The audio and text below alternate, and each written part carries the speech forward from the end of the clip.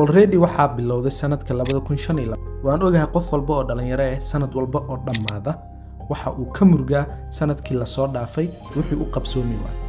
sanad walba bilowgiisana wuxuu qorsheeyaa in uu sameeyo wax cusub haddana laakiin waxa uu ku baraarugaa markii sanadka uu dhamaaday inaysan wixii aysan u suurtagelin waxaan kula wadaagi doonaa qodobo muhiim ah qodobadaasoo ka saacidaya inaad hadda go'aan qaadato isbedelna aad samayso inta badan guuldarada dhalinyarada waa ay dhibtaa laakiin ha ka baqin inaad qalad samayso intaad ku jirto inaad xirfad kor u qaaddo ama aad wax baranayso qaladka waa fursad waxbarasho oo ka caawinaya inaad si fiican wax u barato waqtigaaga u qorshee si aad diiradda u saarto horumarinta xirfadaada haddaba waxaan ku haynaa fursad cajiib ah ee sanadka January ku bilaabanayo inaadna la bilaawato insha Allah waxaan rajeynayaa sanadka kwaatarka ugu horeeya 3 bilood hadii ay ku dhamaato